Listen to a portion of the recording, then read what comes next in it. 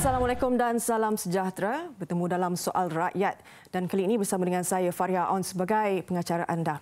Baik, kita terus saja membicarakan berkenaan topik kita pada malam ini, musuh dalam selimut.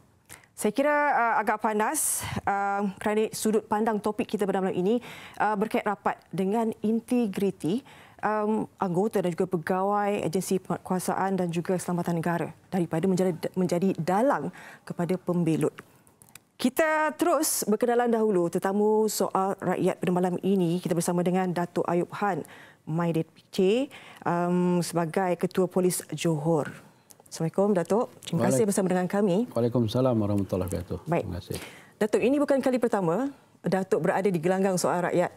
Tapi sebelum ini Datuk membawa kapasiti yang berbeza sebagai Ketua Penolong Pengarah dari bahagian E8 iaitu anti penganas dari Cawangan Khas Bukit Aman. Namun sejak 24 Februari yang lalu telah dilantik sebagai Ketua Polis Johor. Datuk, apa keutamaan Datuk setelah dilantik sebagai Ketua Polis Johor? Yang pertama sudah tentulah kalau dulu di bahagian E8 counter terrorism, fokus saya hanyalah counter terrorism, itu menangani isu keganasan. Tetapi apabila saya berpindah ke Johor sebagai Ketua Polis Johor, so banyak isu-isu yang berkaitan dengan jenayah. Jenayah, pengedaran dada, penyelundupan manusia, penyelundupan barang-barang kontraben, itu arak dan rokok, isu-isu bilateral yang ada kaitan dengan negara-negara sempadan. Itu yang pertama. Kalaulah saya dapat mengurangkan kadar jenayah sebagainya untuk menimbulkan satu suasana keyakinan rakyat bahawa mereka bebas bergerak. Kalau sebelum ni mungkin mereka takut nak keluar malam, takut nak keluar berjalan sebagainya, ada banyak kes lagu. So saya nak kurangkan fear of crime tu. Statistik adalah satu isu yang lain. Katakan statistik kita jenayah kurang, tapi kalau masyarakat masih takut kepada jenayah, itu yang kita cuba kita akan nak kurangkan. Itu yang pertama. Yang kedua, apabila saya mengambil alih tugas sebagai Ketua Polis Johor, dalam mesyuarat pertama saya telah nyatakan dengan jelas visi dan misi saya. Yang pertama berhubung dengan rasuah. Rasuah dan integriti itu memang saya tidak ada tolak ansur.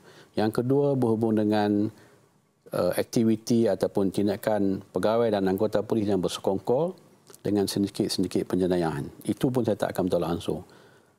Itu yang paling penting bagi saya. Dan kemudian saya tekankan kepada isu operasi.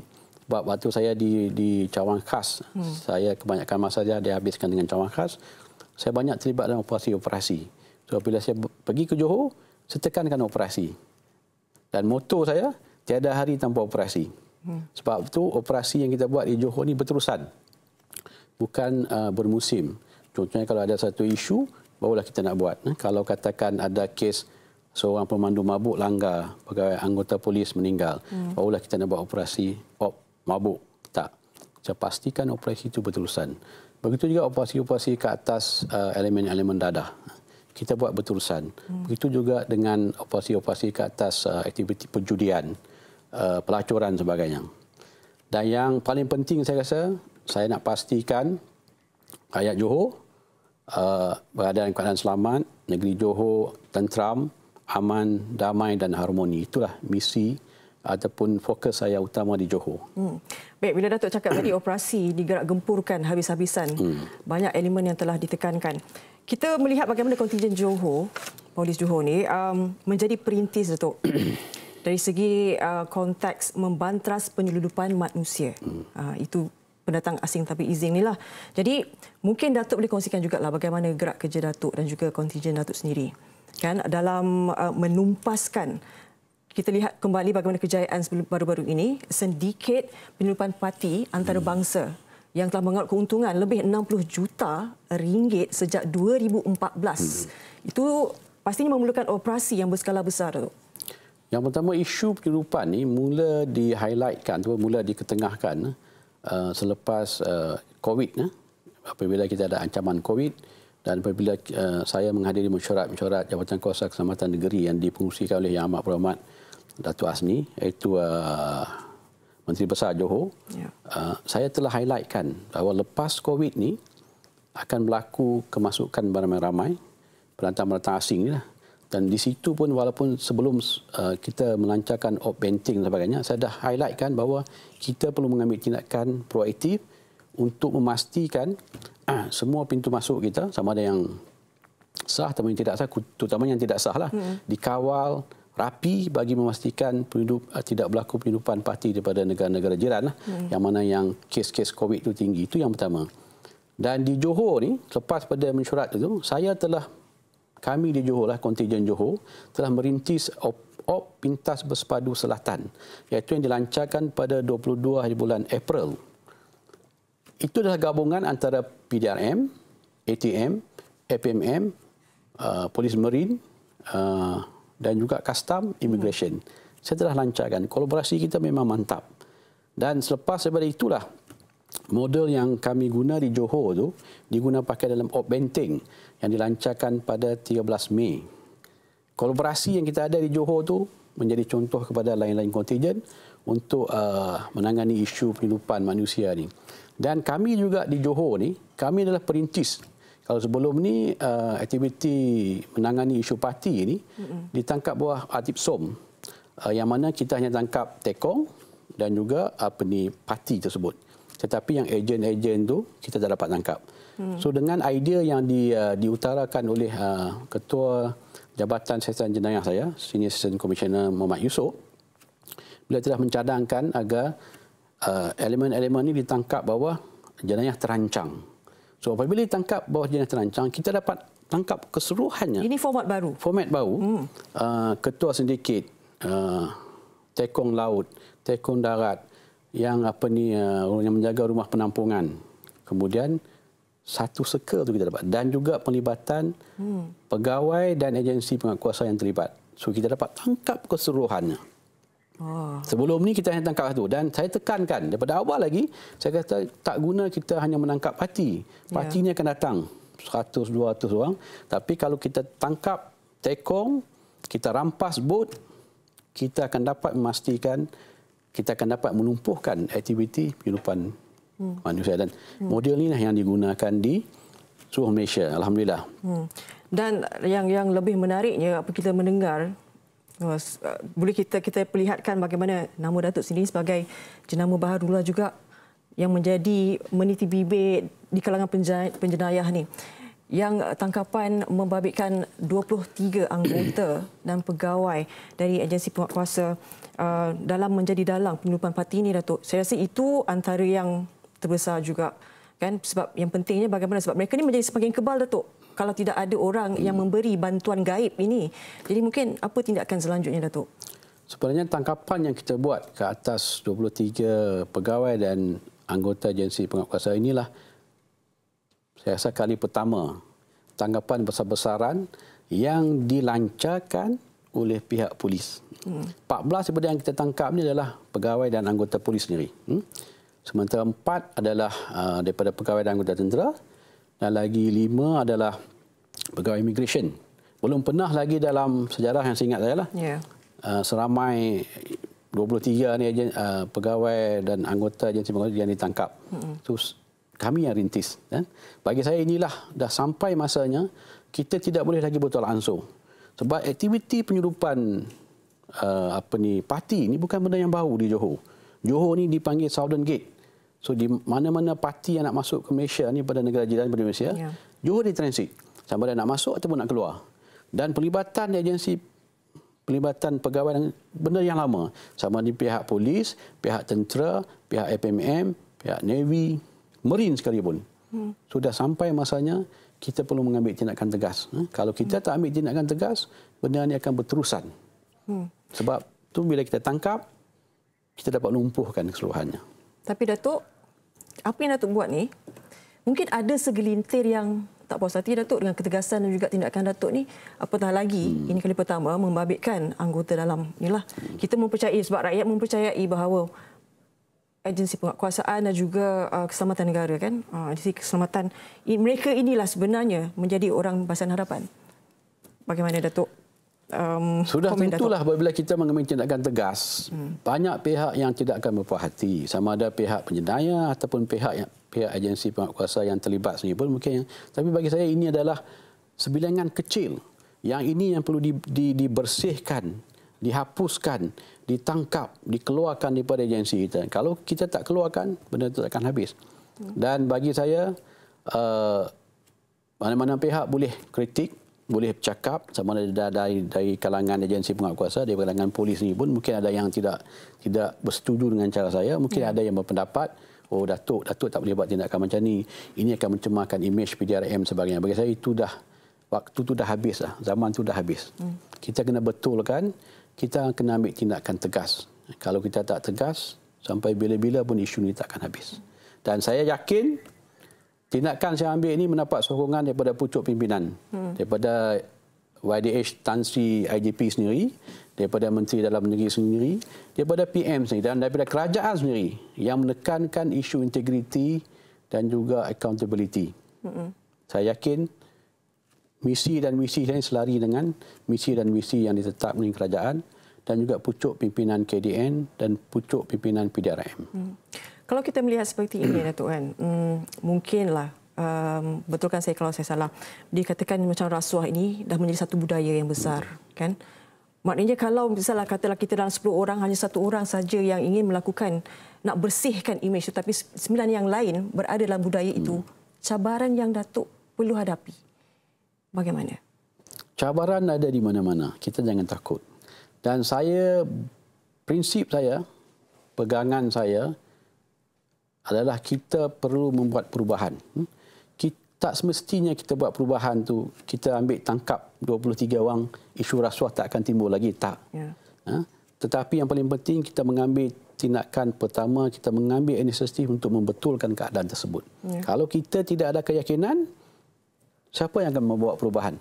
Kalau masing-masing beranggapan, oh Datuk, kita tak boleh buat perubahan. Benda ni dah berakar umbi, dah berpuluh tahun. Kan? Isu rasuah ni. Tak akan berlaku perubahan. Tu bila akan berlaku perubahan? InsyaAllah, saya selalu tekankan kepada pegawai-pegawai dan anggota saya, kalau kita tak dapat buat perubahan 100%, mungkin 90%, mungkin 80%, mungkin 50%, mungkin 20%. Tapi yang penting, kita kena buat perubahan. Kita kena mengorak langkah untuk mengubah benda yang tak betul. Yeah. Ubah benda yang tak betul, tukar benda yang tak betul, ambil tindakan tegas terhadap pelanggaran SOP ke, pelanggaran undang-undang ke, penglibatan dalam rasuah dan sebagainya. Ini bukan calang-calang yang boleh dilakukan, tindakan berani ini. Bagaimana pula, Datuk? Saya pasti ini perlukan juga kerjasama, kan? Terutamanya pihak SPRM sendiri. Mungkin Datuk boleh komen berkenaan dengan kerjasama ini. Sebenarnya, minggu pertama saya lapor diri, selepas saya lapor diri, saya telah pun mengambil inisiatif untuk pergi mengadakan kunjungan hormat kepada pengarah SPRM Negeri Johor ketiga itu, iaitu Datuk Nur Azlan. Beliau telah pun dinaikkan pangkat, ditukarkan ke Putrajaya baru-baru ini. Pertemuan pertama dengan beliau, saya dah terangkan dengan jelas, nyatakan dengan jelas bahawa Datuk, saya datang jumpa Datuk ni, saya nak terangkan, nak jelaskan kepada Datuk yang saya nak SPRM ambil tindakan terhadap mana-mana pegawai saya, mana-mana anggota saya yang terlibat dalam rasuah. Saya tidak akan bercampur tangan, tapi saya akan bagi sepenuhnya kerjasama. Dan saya nak Datuk ambil tindakan bukan dekat yang bawah, yang anggota. Saya nak Datuk ambil daripada atas. Sama ada saya kalau terlibat sendiri pun, timbalan Ketua Polis Johor, Ketua-Ketua Jabatan, OCPD saya, Ketua-Ketua Polis Daerah, OCS Ketua Balai dan lain-lain. Saya bagi sepenuhnya kerjasama dengan SPRM. Dan kolaborasi kita memang rapat. Saya dengan SPRM Peringkat Negeri memang rapat. Dengan yang baru ni, Datuk Azmi pun memang rapat. InsyaAllah, saya rasa kita akan pastikan tindakan tegas diambil terhadap semua pegawai dan anggota polis yang terlibat dalam rasuah dengan kerjasama yang mantap dengan SPRM. Ini antara sasaran yang Datuk letakkan? InsyaAllah. Baik. Tapi kita nak tahu juga, Datuk, adakah ini Datuk bila menjadi Ketua Polis Johor yang baru ini meletakkan tempoh masa bagi untuk mencapai keseluruhannya apa yang telah diletakkan misi dan juga visi ini? Saya rasa saya tidak dapat meletakkan tempoh masa. Ini adalah satu tindakan, satu usaha yang berterusan. Itu wajib. Kalau kita meletakkan tempoh masa, macam saya nyatakan tadi, isu-isu ini bukan isu yang baru, isu yang lama, dah berakar umbi. Saya tidak mengatakan semua pegawai polis dan anggota polis terlibat dalam rasuah, tapi isu ini isu lama. So dia memerlukan tindakan berterusan, komitmen yang berterusan, kesungguhan kita untuk memastikan tidak ada pihak yang ada ruang untuk meneruskan aktiviti-aktiviti ini. Itu yang paling penting. Dan baru-baru ini juga kita baca di akhbar berkenaan dengan kenyataan Datuk sendiri berkenaan dengan sekiranya ada pegawai ataupun anggota yang memberi kesambahan terhadap pembocoran maklumat. Itu amaran keras diberikan. Jadi itu antara kita boleh perlihatkan bagaimana usaha yang telah dilakukan oleh Datuk sendiri. Dan kita nak tahu juga, Datuk, kebelakangan ni apa saja yang Datuk lakukan telah diviralkan, kan? Antaranya membaca talqin. Itu kalau kita dengar pun naik berumur, maknanya menyeru bagaimana dalam anggota itu menyeru tingkatkan integriti. Tapi saya nak tahu jawapan Datuk selepas ini. Kita berehat seketika dulu, Datuk, ya. Baik. Semuanya nanti kita akan mendengar jawapan telus daripada Datuk Ayub Han.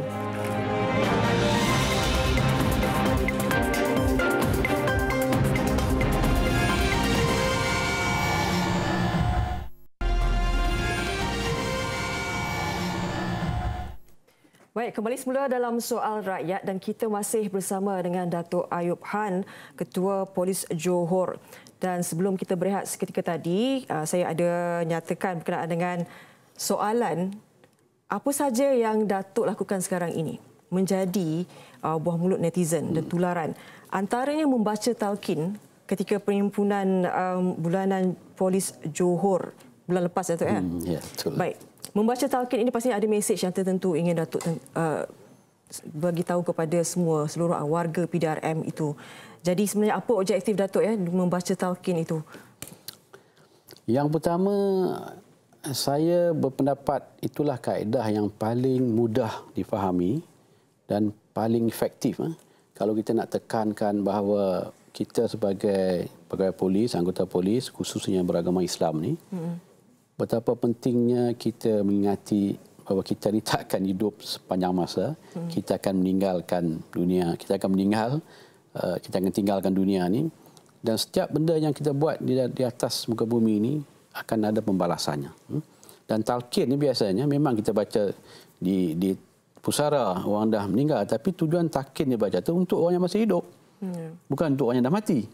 So itu saya kata pendekatan yang saya guna, pendekatan mudah, dan saya rasa benda itu lebih dapat masuk terus ke dalam jiwa pegawai dan anggota-anggota polis. Mungkin ada setengah pihak terkejut dengan ucapan saya, dan saya dapat feedback dari reaksi saya punya ADC yang kat belakang tu, dan kita bila saya cakap macam tu, OCPD semua macam terkejut, katakan. So itu pendekatan, dan itu bukan salah satu yang saya gunakan. Saya juga sering menekankan ini ni macam bash ni, integriti adalah amalan kita. Adakah integriti amalan kita ni hanya kita semat di dada kita, tapi tak masuk ke dalam hati kita? Tu kita pakai buat apa? Dan yang ketiga saya selalu tekankan, lambang polis ni dekat atas mahkota tu ada kalimah Allah dan Muhammad. Kenapa kalimah Allah dan Muhammad diletakkan di atas tu? Setiap yang kita buat ni, tugas tanggungjawab kita adalah amalan, satu amalan. Kalau kita berpegang pada prinsip tu, satu, kita akan dapat pahala sepanjang kita buat, dan kita kena berpegang betul-betul pada ajaran Islam lah. Jangan terlibat dalam aktiviti rasuah, jangan menganiaya orang, ikut peraturan, ikut prosedur. Itu ya saya rasa kaedah yang paling mudah, paling simple untuk kita memastikan apa yang kita cakap, kita buat semua berasas mengikut undang-undang, mengikut peraturan agama, insya-Allah. Ya. Baik. Tadi Datuk, saya ada nak mengambil sedikit. Datuk kata tadi operasi yang berterusan bukan bermusim, kan? Itu yang sebenarnya penekanan yang Datuk berikan, terutama untuk negeri Johor. Baik, kita nak sentuh berkenaan dengan isu dadah di negeri Johor ni, Datuk. Kita sedia maklum bahawa Polis Johor ni dah menumpaskan sedikit-sedikit dadah. Dah 10 sedikit ditumpaskan untuk tahun ini je, untuk tahun ini. Baik. Dan baru-baru ini kumpulan Bobby dengan nilai rampasan tertentu, mungkinlah bila Datuk melihat ini, kan, sebuah sindiket ditumpaskan, adakah dadah ini ancaman utama di negeri Johor? Sebenarnya sebut dadah ni bukan sekali lagi lah, bukan benda yang baru. Sejak tahun 80-an kita cakap musuh utama negara dadah, musuh utama negara dadah. Tapi sehingga ke hari ini dadah tu masih lagi musuh utama negara. Kenapa tidak ada satu penyelesaian holistik untuk kita memastikan isu dadah ni dapat ditangani dengan tuntas untuk memastikan kita dapat menangani isu ni. So apabila saya berpindah ke Johor, dadah ni adalah salah satu fokus utama saya. Johor ni adalah pusat satu transit dadah. Dadah daripada utara sampai ke Johor dan disudup ke negara jiran dan begitu juga daripada negara jiran ke sini dan dadah digunakan banyak di Johor ni lah. Okay, kalau kita tengok dalam konteks jenayah ni pun kebanyakan terlibatnya dengan jenayah ni adalah penagih dadah. So sebelum pada ini banyak fokus hanya dibuat kepada operasi tangkapan. Tangkapan dan tangkapan ini pun tangkapan bermusim dan mereka tidak buat follow up. Tapi bila sampai ke Johor, saya tekankan kepada follow up. Contohnya, kita tangkap seorang penagih dadah. Bawah 15, yang 51 lah. Kita buat urin confirm dia. Penagih dadah. Mungkin sebelum ini, saya datang mati sekat itu je. Mereka tak buat follow up. Tapi saya tekan, di mana dadah kamu dapat? Dia akan dapat daripada B. B akan dapat daripada Tokan. Tokan dapat daripada pengedar dadah. Benda itu yang dibuat sekarang. Kerana kebiasaan operasi dadah ni, satu tangkapan, kita akan ada lagi 10 tangkapan follow up. Itulah format yang kita gunakan di Johor. Memang amat efektif. Banyak rampasan kita buat, banyak tokan-tokan yang kita dapat tangkap. Itu yang pertama. Yang kedua, dalam menangani isu penagihan dadah, isu dadah di Johor juga, saya telah menggunakan pendekatan baru. Peruntukan undang-undang memang ada. Contohnya dalam Seksyen 39C, yang mana dengan jelas menyatakan, kalaulah seorang suspek ni ada dah 2 kali ditangkap dan tes urin positif, kalau kali ketiga ditangkap, kita boleh tangkap dia bawah 39C, yang mana kalau dituduh disabit, 5 tahun dia akan dipenjarakan, dia akan kena 3 sebatan. Bayangkan, 5 tahun kat dalam penjara, mana dia dah dikeluarkan daripada sistem masyarakat tersebut, diletakkan di dalam penjara, secara tak langsung mungkin boleh berlaku pemulihan kat situ. So, saya dah tetapkan setiap OCPD di Johor ni ada 13 distrik daerah. Setiap daerah mesti membuat tanggapan 10 bawah 39C. So setiap bulan saya akan ada 130 tanggapan. So untuk 3 bulan ke belakang ni saja, kita dah berjaya mencapai hampir 325 tanggapan di bawah 39C saja. Itu yang saya akan buat secara berterusan. Saya nak keluarkan mereka ni dalam sistem dan alhamdulillah daripada feedback saya dapat daripada Ketua Bahagian Siasatan Jenayah, kadar jenayah pun dah turun lah. Itu yang satu. Yang kedua, kita terus buat operasi berterusan. Macam saya katakan tadi lah, tangkapan di Johor ni setakat ni di antara kontingen-kontingen di seluruh Malaysia ni kita yang paling tinggi kali. Untuk tangkapan 39C kita berada tangga yang kedua. LLPK kita pun di tangga kedua. Tapi insya-Allah saya rasa dalam seminggu 2 ni kita akan berjaya duduk di tangga teratas. Itu yang saya tekankan kepada ini pegawai-pegawai saya daripada bahagian narkotik. Dan dalam isu narkotik juga banyak berlaku penyelewengan. Banyak sebab isu narkotik ni kalau kita tak betul-betul membuat penyeliaan yang rapi akan berlaku penyelewengan lah. Daripada operasi tangkapan, mungkin kita tangkap 10 orang, 5 orang kita bebaskan. Yang kedua, bila kita buat urine test, situ pun akan berlaku penyelewengan. Yang ketiga, apabila kita mengambil statement dia orang, keterangan sebagainya, kita ambil lebih kurang saja. Yang keempat, timbangan tersebut. Mungkin kita kurangkan. Dan ini bukan melibatkan polis saja. Kita jangan hanya fokus pada polis. Mungkin apabila pergi ke patologis, mungkin situ pun akan berlaku. Mungkin. Kemudian pergi ke DPP sebagainya. Ada banyak juga tanggapan-tanggapan yang dibuat oleh SPRM yang melibatkan DPP yang terlibat bersekongkol, yang melibatkan majistrik yang bersekongkol dengan elemen-elemen dadah ni. Dan apabila diletakkan dalam penjara pun ada juga elemen-elemen yang di dalam penjara ni, warden-warden yang bersekongkol dengan pengedar dadah. So jangan hanya fokus kepada polis. Dalam konteks dadah ni, dia punya flow tu daripada A sampai ke Z. Ekosistem dia sudah semua ada. Peringkat tu memang ada peluang untuk mereka terlibat dalam isu penyelewengan. So polis adalah bahagian peringkat awal. So kita tengok secara keseluruhan. Dan saya telah pun mengambil tindakan drastik dalam konteks ini. Saya dah buat satu tanggapan, saya telah bagi amaran dan saya telah membuat tanggapan kepada mana-mana pegawai anggota narkotik yang terlibat. Setakat ini saya dah tangkap 2 orang. Tangkap dan dituduh di mahkamah. Kerana bersekongkol dengan sindiket pengedaran dadah, syabu. Ya. Baik. Datuk telah memberi gambaran jelas kepada kami. Okey. Nampaknya kanser ni sangat-sangat bahaya. Jadi apa sebenarnya ubat yang kepada penyakit yang sedang berkembang ini? Barah yang dah terlalu teruk ni, Datuk. Dalam konteks mana? Dadah ataupun? Ekosistem, yalah. Bila Datuk cakap pasal dadah tu kan. Dadah dan juga bila ada dadah ni pastinya ada juga yang memberi perlindungan kepada ini dan sebagainya. Berkait rapat ekosistem itu, Datuk, sebenarnya. Semua pihak wajib memainkan peranan masing-masing. Kita tak boleh tolak kepada polis saja. Biasanya kalau isu dadah semua tolak kepada polis. Polis. Kita pun ada AADK. Agensi dadah, agensi inti dadah dan kebangsaan. Kita pun ada di peringkat patologi. Kita pun ada di peringkat mahkamah. Kita pun ada peringkat penjara. Masing-masing perlu memainkan peranan masing-masing untuk memastikan kita dapat mengatasi masalah. Dan yang saya rasa yang paling penting ini adalah untuk menimbulkan kesedaran di kalangan masyarakat. Kita kena bermula pada peringkat awal. Mungkin peringkat umur 7 ke 8 start sekolah tu. Dan ini pun saya tengah berkolaborasi dengan universiti di UTM dan juga pakar-pakar psikologi untuk kita mewujudkan satu modul untuk kita gunakan di memberi penerangan di peringkat sekolah rendah, sekolah menengah, universiti dan masyarakat. Modul itu sedang digabungkan, disiapkan, dan apabila siap ni saya akan lancarkan untuk program penerangan lah. Kita nak start daripada awal. Kerana budak-budak sekolah ni, sekolah rendah kita akan start bahaya dadah dan sebagainya lah. InsyaAllah. Baik. Bagaimana Datuk melihat bila Datuk kata kita nak start daripada awal, kan? Maknanya perlu babitkan masyarakat keseluruhannya lah, kan? Hubungan istimewa yang perlu ada di antara masyarakat dan juga polis. Tapi pada masa sama bila berlakunya macam kita bukan nak menyalahkan polis semuanya, kan? Yang segelintir itu bak kata berpatah, Datuk, setitik. Nila setitik itu habis susu sebelanga. Jadi bagaimana untuk membersihkan imej ini?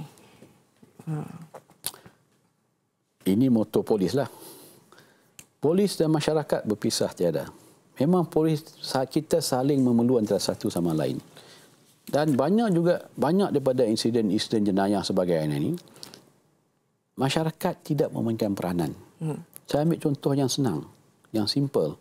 Ini isu mak rempit dan sebagainya. Mak bapak dia orang tahu dia merempit, tapi tidak ada tindakan yang diambil. Sama dengan isu dadah. Mak bapak dia tahu anak dia ni terlibat dadah, tapi tidak mengambil tindakan untuk mungkin untuk hantar anak dia ke pusat pemulihan sebagainya. Tak. Jenayah pun sama. Kadang-kadang ada masyarakat yang tahu isu jenayah, ada berlaku jenayah, tidak berkongsi dengan polis. Kan? Jadi peranan masyarakat itu penting. Di samping peranan polis juga penting. Kita saling memerlukan antara satu sama lain. Di Johor pun banyak. Apabila saya banyak berinteraksi dengan masyarakat. Kadang-kadang ada juga individu mangsa-mangsa ni yang datang yang berhubung dengan PA saya untuk datang jumpa saya. Saya benarkan dia datang ke pejabat saya. Saya ambil satu contoh. Ada 2 orang gadis India yang mana adik dia ni ditangkap di Singapura kerana terlibat dalam pengenalan dadah. Kalau di Singapura ni, kalau suspek ni tangkap pengenalan dadah ni, kalau dia boleh berkongsi maklumat pengantokan, mungkin hukuman gantung diturun dengan hukuman penjara seumur hidup. So kakak dia cuba untuk berinteraksi dengan lain-lain kontijen lah ataupun lain-lain pihak polis dan sebagainya. Tak ada orang yang layan dia. So dia call PA saya. So saya kata benarkan dia datang jumpa saya. So bila dia datang jumpa saya, dia maklumkan saya datang jumpa Datuk pun 90% masalah saya dia rasa dah selesai masalah tu. Dia kata dia peluang saya berjumpa dengan dia dan maklumat itu dikongsi dengan saya mengenai tokan yang dimasukkan dan saya telah melancarkan operasi. Kita tengah mengesan tokan yang terlibat yang bersekongkol dengan adik dia lah yang ditangkap. Jadi saya kata kalau kita boleh mantapkan lagi, bagi ruang kepada masyarakat untuk berinteraksi dengan kita, bagi masa dengan dia orang. Memanglah kalau orang kata KP ni sibuk. Tapi kalau kita bagi ruang sedikit, insya-Allah. Bukan saya sajalah. Mungkin di pihak ketua polis daerah, ketua jabatan, ketua balai, masyarakat ni, kalau kita dapat mantapkan tu, insya-Allah saya kata kita dapat kemaskan lagi lah hubungan kita dengan masyarakat dan masyarakat pun akan bagi feedback yang baik. Masyarakat itu pelanggan kita. Ya. Baik, Datuk bercakap berkenaan bagaimana kerjasama hubungan rapat yang perlu ada dengan masyarakat dan polis. Saya nak tanya Datuk berkenaan dengan institusi Diraja Johor dalam Datuk dan juga pasukan menjalankan tugas. Tapi jawapannya selepas ini, Datuk. Kita berehat seketika. Okey. Kembali nanti di Alam Soal Rakyat.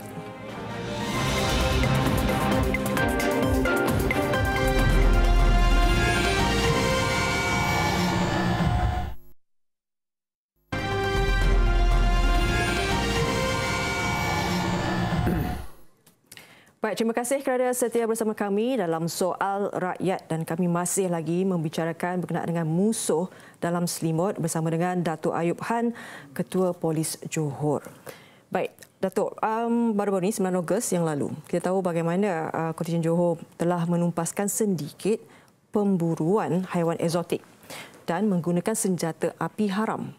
Ada dua kawasan, Mersing dan juga Keluang. Betul. Dan difahamkan salah satu daripada operasi terbabit berdasarkan maklumat daripada Sultan Johor, Sultan Ibrahim Sultan Iskandar. Jadi, sejauh mana campur tangan dari pihak institusi Diraja Johor dalam Datuk dan juga kontingen menjalankan tugas? Okay.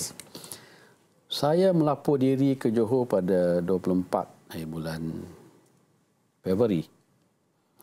Seminggu lepas tu saya dititah menghadap Duli Yang Maha Mulia Sultan Ibrahim almarhum Sultan Iskandar.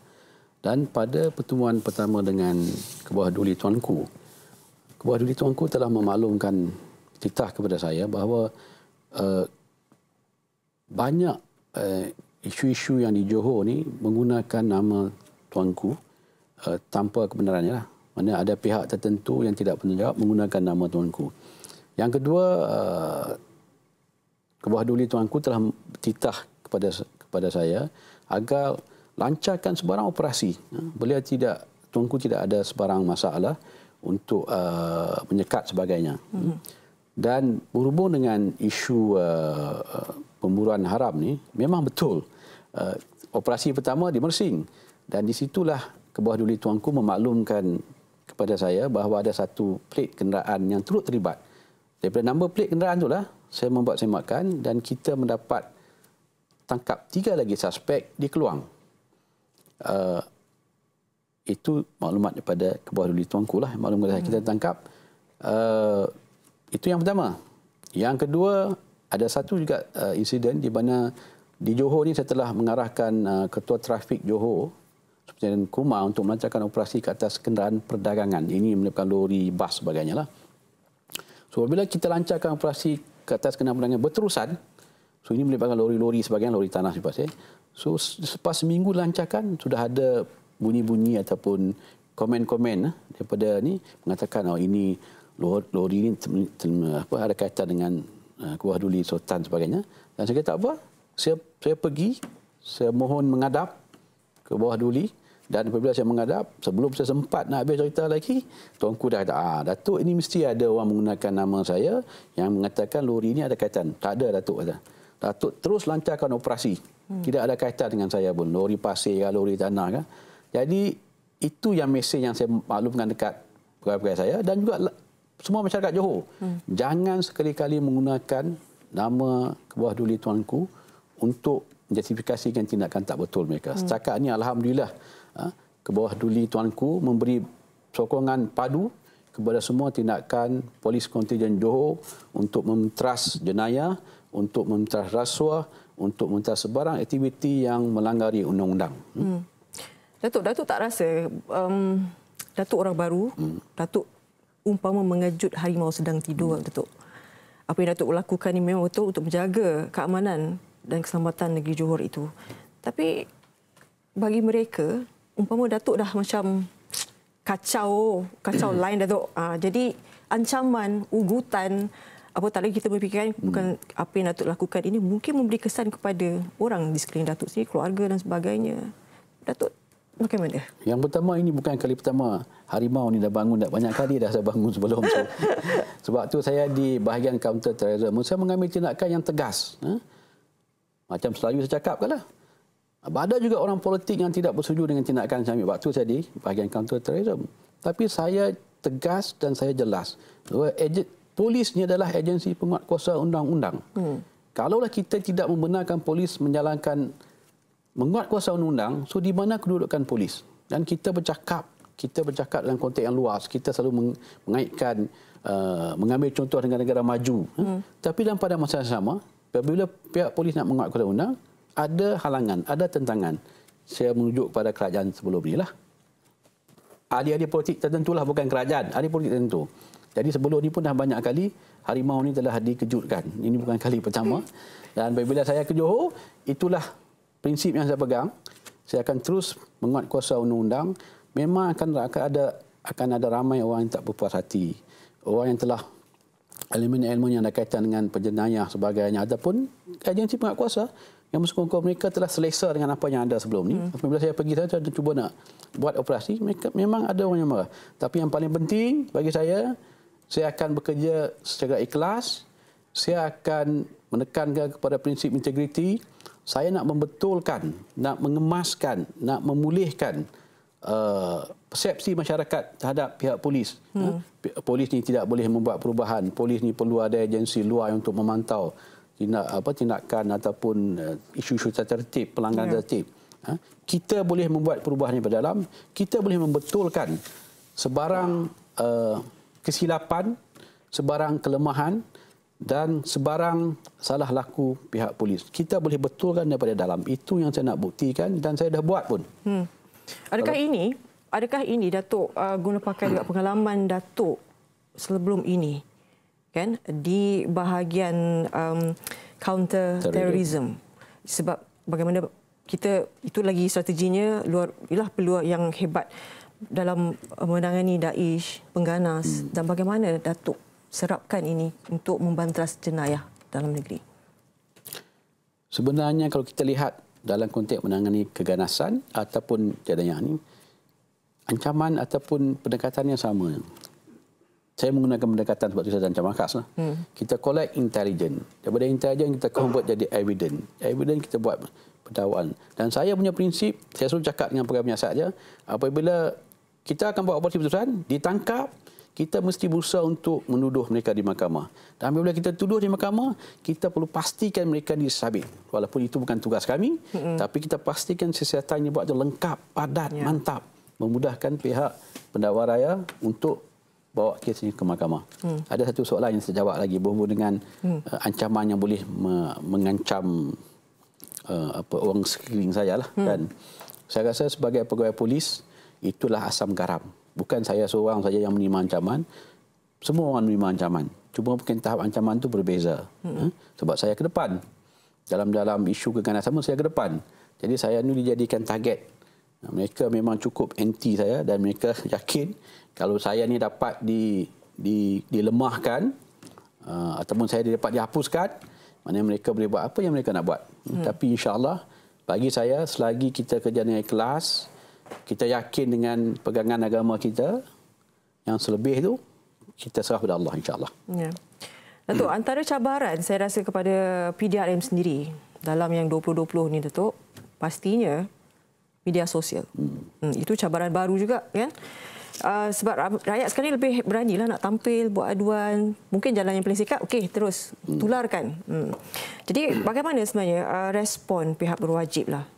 Kadang-kadang kita, mungkin ada rakyat rasakan apabila dengan tularkan sebegitu untuk mendapatkan bukti yang betul, dan respon kadang-kadang rasa macam pihak berwajib kata mungkin anggap perlu dihukum lah dan sebagainya.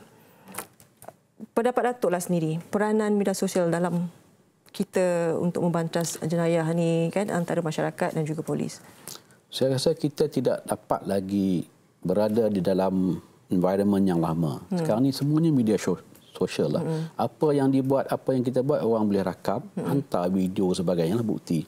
Dan saya di Johor pun, kita ada Facebook kita sendiri.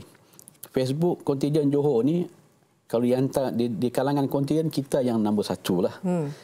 Kalau ikut dengan Bukit Aman, kita nombor 2 pada Bukit Aman dari segi follower dan sebagainya. Memang aktif pusat media saya yang Johor ni. Dan saya nak mereka aktif. Saya nak berkongsi dengan publik, berkongsi dengan masyarakat apa yang kita buat, apa yang kita nak dia orang buat sebagainya. Dan banyak saya dapat maklumat daripada Facebook kita. Saya pun ada Facebook sendiri juga. So, banyak orang salurkan maklumat. Dan nombor telefon saya ni, handphone saya ni, saya kongsi dengan dia orang. Kadang-kadang yang Datuk boleh kongsi dengan saya kongsi dengan dia orang. So banyak dia orang hantar maklumat berhubung dengan aktiviti judi, pelacuran. Dan apa yang dia hantar oleh orang awam ni, kebanyakannya lah. Mungkin 90% tepat. Saya dapat banyak dengan WhatsApp, dengan gambar pusat judi, pusat pelacuran. Contoh yang selalu saya ambil contoh, ada satu individu dia selalu pada handphone saya dengan WhatsApp. Ada 10 lokasi judi online, judi top up di daerah Kulai. Saya hantar kepada OCPD, saya tanya OCPD, kenapa orang awam boleh hantar 10 lokasi judi tapi you tak tahu? Saya bagi masa sejam saja untuk pergi ambil tindakan. Dan memang betul, OCPD pergi ambil tindakan memang dalam sejam, memang ada 10 pusat. Ada juga yang 10% yang tak tepat. Ataupun ada juga kita kena hati-hati. Kadang-kadang yang bagi maklumat ni adalah daripada sindiket A. Dia memberi maklumat berkenaan dengan sindiket B. Ada juga. Permainan begitu juga. Kita kena tapis. Tapi apa yang penting saya rasa, masyarakat sekarang ni mudah untuk menyalurkan maklumat, mudah untuk merakam, mengambil gambar sebagainya. Dan mereka ni boleh menjadi mata dan telinga kita. Ya. Kita jangan terlalu cepat melompat. Saya sebarang maklumat dibagi pada saya akan siasat. Ya. Mungkin ada betul, tak betul. Ada juga yang semalam ada bagi maklumat. Kata ada pusat pelacuran di Batu Pahat. Judi online, sorry. Dan saya suruh OCPD pergi cek. Pagi tadi OCPD lapor, Datuk dah tutup dah. Memang dah tutup, dia ambil gambar. Memang dah sampah sarap, berhabuk lah, sampah sarap semua dah ada lah. Memang dah tutup. Ada yang tak betul. Tapi kebanyakannya betul. Dan kita nak tak nak, kita, itu yang saya kata tadi, polis dan masyarakat berpisah tiada. Kalau itulah slogan kita, kita tak perlu melompat. Bagi saya, kita perlu mantapkan lagi kolaborasi antara polis dan masyarakat, insya-Allah sama-sama kita memerangi jenayah. Ya, menggunakan dengan niat yang betul lah. Datuk, kita dah bercakap dengan media sosial ni kan. Isu baru-baru ini berkenaan dengan apa yang berlaku mendapat perhatian ramai dengan Azri Janggut. Mungkin Datuk ada komen tersendiri. Jelas, saudara Azri pun dah mohon maaf, saya fahamkan kan. Tapi adalah sebagai bukan nasihat lah, saya ni pun bukan orang yang pandai agama sebagainya. Benda yang basic saya cakap. Kita ni kalau kita nak buat statement, kita perlu berhati-hati. Kita jangan pukal keseluruhannya. Mungkin ada individu dalam polis ni, mungkin dia mungkin saya kata mungkin dia tinggal sembahyang. Ada seorang anggota tinggal sembahyang, kita nak polis dan tentera perlu solat, mereka tak solat sebenarnya. Saya rasa itu tak manislah. Kalau kita tengok dalam Islam sendiri pun, tuduhan sesama Muslim ni yang kata kita tak solat sebenarnya, saya rasa itu kalau tanpa asas tu satu dosa yang besar. Mungkin bila kita dihisap nanti, semua pahala kita tu akan bagi dekat orang yang dituduh tu. Dalam polis ni kita ada bakal bahagian agama dan kaunseling. Pegawai anggota saya pun ada banyak yang kelulusan daripada Universiti Al-Azhar, daripada Mutah Jordan. Tentera pun ada, Kagat, angkatan agama tentera, angkatan tentera sebagainya. So banyak. Di Johor sendiri pun setiap hari Khamis pagi kita ada sembahyang duha.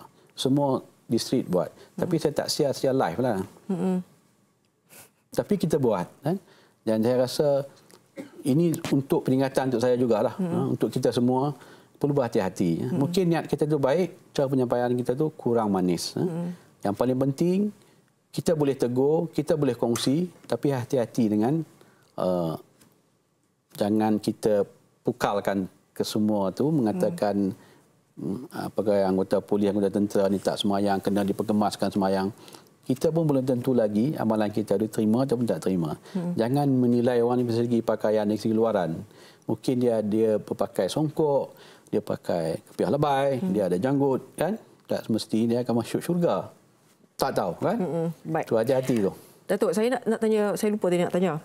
Ini berkenaan dengan media sosial, masih lagi media sosial. Berkenaan dengan kuasa tular ni, Datuk. Kan? Sebab itu menjadi trend.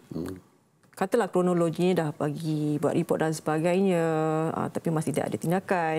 Adakah pihak berkuasa nak menunggu kuasa tular tu baru bertindak? Saya bagi pandangan peribadi saya lah, dalam konteks polis Johor lah. Bagi saya sebarang maklumat yang dibagi tu, sebab tu saya katakan saya akan siasat. Dan lepas kalau dia nak tular lah. Yang penting tindakan kita dah ambil. Kan? Kita jangan menunggu sehingga benda tu ditular baru kita nak ambil tindakan. Itu nampak tidak efektif, kurang efektif, dan orang akan komplain kepada kita. Kenapa perlu ditular baru nak ambil tindakan? Saya memang bersetuju bahawa macam di Johor pun, hampir setiap hari, setiap daerah membuat operasi ke atas judi haram, pelacuran. Setiap hari ada. Kan? Memang tak habis. Setiap hari. Mungkin ada orang awam yang akan maklum saya, Datuk, dekat ni ada lagi. Dan saya akan pergi buat lagi. Benda tu akan berterusan. Itu yang saya kata yang paling penting tu, kita ambil tindakan. Betul tak betul, itu yang kedua. Kita siasat dulu, kita puas hati. Kalau tak betul, kita jawab balik kepada dia. Saya maklum balik kepada pemberi maklumat. Tempat ni dah tutup dah 2 tahun lepas. Kita bagi gambar sekali. Jadi, yang bagi maklumat cuma puas hati, kita pun berpuas hati. Dan insya-Allah saya rasa yang bagi maklumat, saya cakap dalam konteks Johor lah, kebanyakannya memang yang asli dan genuine punya kes. Dia tidak ada sebarang niat untuk ni. Dia orang bagi tahu seperti dia orang belum ada yang tular lagi kat Johor lah. Mungkin lepasnya ada yang orang tular, dan saya pun tak akan ambil pot ataupun ambil ni kalau dah tular ni mencemai ni. Bagi saya akan ada. Saya tak kata di Johor ni bersih, tak ada. Masih lagi ada aktiviti-aktiviti ni.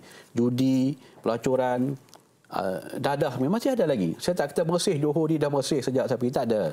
Ada lagi. Yang penting kita akan terus melancarkan operasi, kita akan terus berkolaborasi dengan masyarakat. Kita nak masyarakat bantu kita untuk memerangi jenayah sebagainya. Baik. Datuk bukan saja memberi penekanan berat kepada jenayah besar kan, tetapi saya rasa semalam ada 4 ditahan memasang bendera jalur gemilang dan bendera negeri Johor secara terbalik. Kami melihat bagaimana tiada tolak ansur yang diberikan oleh Datuk. Jadi mungkin Datuk boleh komen berkenaan dengan ini. Saya dah bagi statement 2 hari lepas berkenaan dengan bendera ni lah. Dan lepas tu ada orang komen juga. Kenapa polis Johor ni kan ambil benda-benda remeh kan? Ini bukan benda yang remeh. Isu bendera ni bukan isu yang remeh. Saya pernah cakap, tadi pun saya dah bercakap, ada kes kalau kita ingat lagi waktu Sukan C, kita tersilap cetak satu bendera negara jiran. Color saja kita. Merah ke bawah, sepatutnya ke atas. Menteri Sukan Belia dan Sukan terpaksa pergi mohon maaf kepada Menteri Belia Sukan negeri tersebut.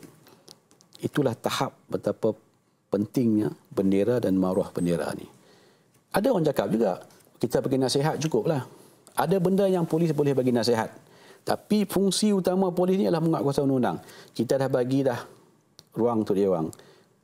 Saya ingat sejak 4-5 tahun belakang ni, isu yang tak habis-habis.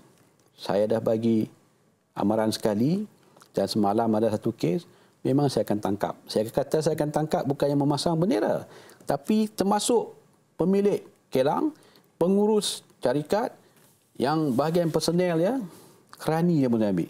Ini yang sepatutnya orang tempatan, yang bukan yang berusia 6 tahun, yang berusia 63 tahun. Kita dah merdeka pun dah 63 tahun lebih, 63 tahun lah. Kan? Takkan tak dapat membezakan. Isu ni menjadi isu. Selalu dicakap, sepatutnya pergi untuk menyelia pemasangan bendera. Saya tidak boleh bertolak ansur lagi. Saya tak tahulah, mungkin negeri lain mereka boleh bagi nasihat lagi. Saya tak akan bagi nasihat. Kalau ada lagi di Johor, memang saya akan tangkap lagi. Saya akan tangkap daripada A sampai Z. Baik. Datuk sedang ke udara sekarang. Langsung. Saya nak tanya Datuk, apa amaran Datuk kepada penjenayah? Saya rasa kalau saya bagi amaran pun tak guna juga. Amaran semua orang bagi amaran. Yang pasti, saya akan meneruskan operasi saya tanpa tolak ansur kepada semua pihak, sama ada penjenayah ke, ahli politik ke, individu tertentu ke. Saya tidak akan mentolak ansur. Saya akan terus menguatkuasa undang-undang dengan tegas dan adil, tanpa bertolak ansur. Tanpa bertolak ansur latar belakang mereka. Ya, betul. Baik. Terima kasih Datuk di atas perkongsian hari ini, malam ini. Banyak sekali yang telah kita ambil dan semua menjadi iktibar masing-masing. Gambaran telah diberi. Terima kasih lagi Datuk Ayub Han, Ketua Polis Johor, dan kita jumpa lagi dalam Soal Rakyat minggu depan.